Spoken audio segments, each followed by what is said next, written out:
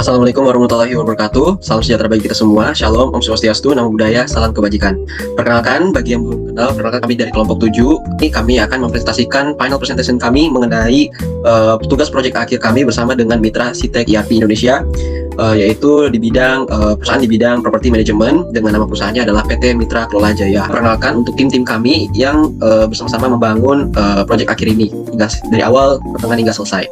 Pertama ada dari saya sendiri, Excel Sahabat Inogradio itu yang dari divisi IT, ada Laila Nabila dari divisi website, ada Fadilatur Rahmi dan juga Rizky Amelia Putri dari divisi sales, serta Syarifah Nima Asagaf dari divisi purchase, lalu ada Mayang Pertiwi dari HRD, Rizkawati Dasmasela dari inventory, ada Kairunisa Mahar Santi dari accounting, dan ada Fadilatur Rahmi dan Rizky Amelia Putri di bidang properti.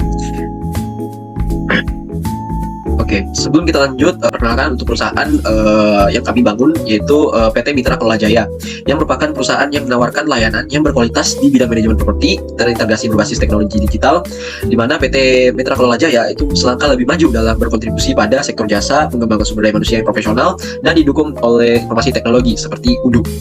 Nah, Mitra Kelola Jaya menyediakan banyak layanan manajemen yang lengkap, yang meliputi manajemen properti, layanan keamanan, parkir, kebersihan, mekanikal, elektrikal, layanan pendukung, dan juga manajemen acara. Nah, berikut identitas dari PT Mitra Kelola Jaya di alamat berikut di Jalan KH Mas Mansur, Jakarta Pusat. Nomor teleponnya sekian dengan email sekian, dan juga akses websitenya di mkj.web.id. Oke.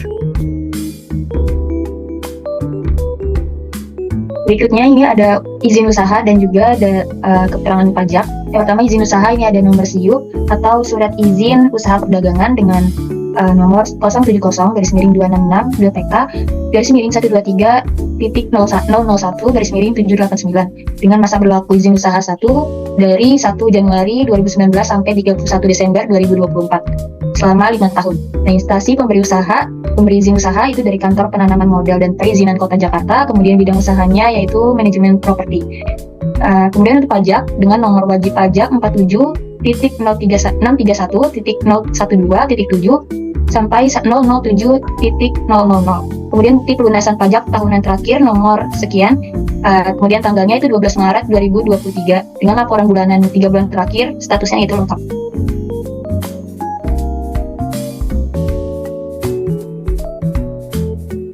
Baik, selanjutnya adalah visi misi dari PT Mitra Kelola Jaya sendiri. Untuk visinya adalah menjadi pemimpin global dalam memperdayakan komunitas kerja untuk mewujudkan potensi penuh dan menginspirasi perubahan positif dalam dunia profesional. Sedangkan misinya yaitu yang pertama, memberikan ruang yang tidak hanya nyaman tetapi juga merangsang kreativitas dan menjadikan PT Mitra Kelola Jaya sebagai lingkungan tempat ide-ide hebat lahir. Yang kedua, mendorong kolaborasi dan pertukaran ide di antara anggota komunitas dan memberikan peluang bagi pertumbuhan bagi pribadi dan profesional. Yang ketiga adalah menyediakan solusi ruang kerja yang fleksibel dan terjangkau, serta memberikan akses mudah ke fasilitas yang memenuhi kebutuhan unik setiap individu. Yang keempat, mengintegrasikan teknologi terdepan untuk menciptakan pengalaman kerja dan efisien dan efektif. Yang kelima, membangun hubungan jangka panjang dengan mitra dan penyewa, serta memastikan pengalaman CEO working yang saling menguntungkan. Yang keenam, menawarkan layanan tambahan seperti ruang pertemuan, acara, program, pelatihan untuk meningkatkan pengalaman anggota dan mendukung perkembangan profesional. Dan yang terakhir adalah berkomitmen pada pelayanan pelanggan yang unggul, serta menciptakan ekosistem CEO working yang berkelanjutan dan berdaya tahan.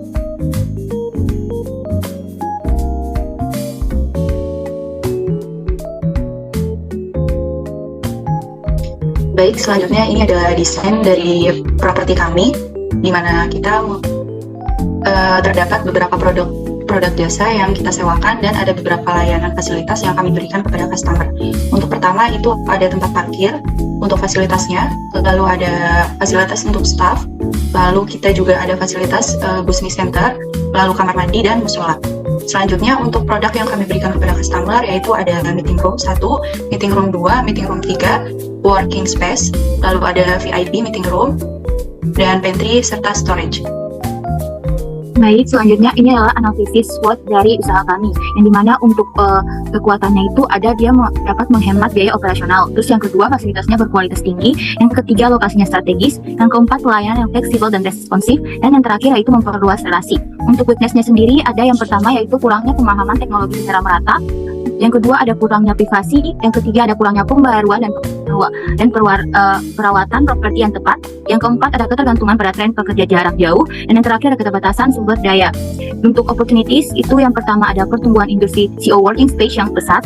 Yang berikutnya ada peningkatan pekerja yang fleksibel. Ketiga ada peningkatan efisiensi operasional. Yang keempat ada diversifikasi layanan. Dan yang terakhir ada menciptakan kolaborasi dengan bisnis terkait. Untuk trends-nya sendiri, yang pertama ada tingkat persaingan yang tinggi, perubahan teknologi yang semakin canggih, yang ketiga perubahan regulasi bisnis, dan yang keempat ada perubahan preferensi konsumen, dan yang terakhir adalah fluktuasi pasar properti.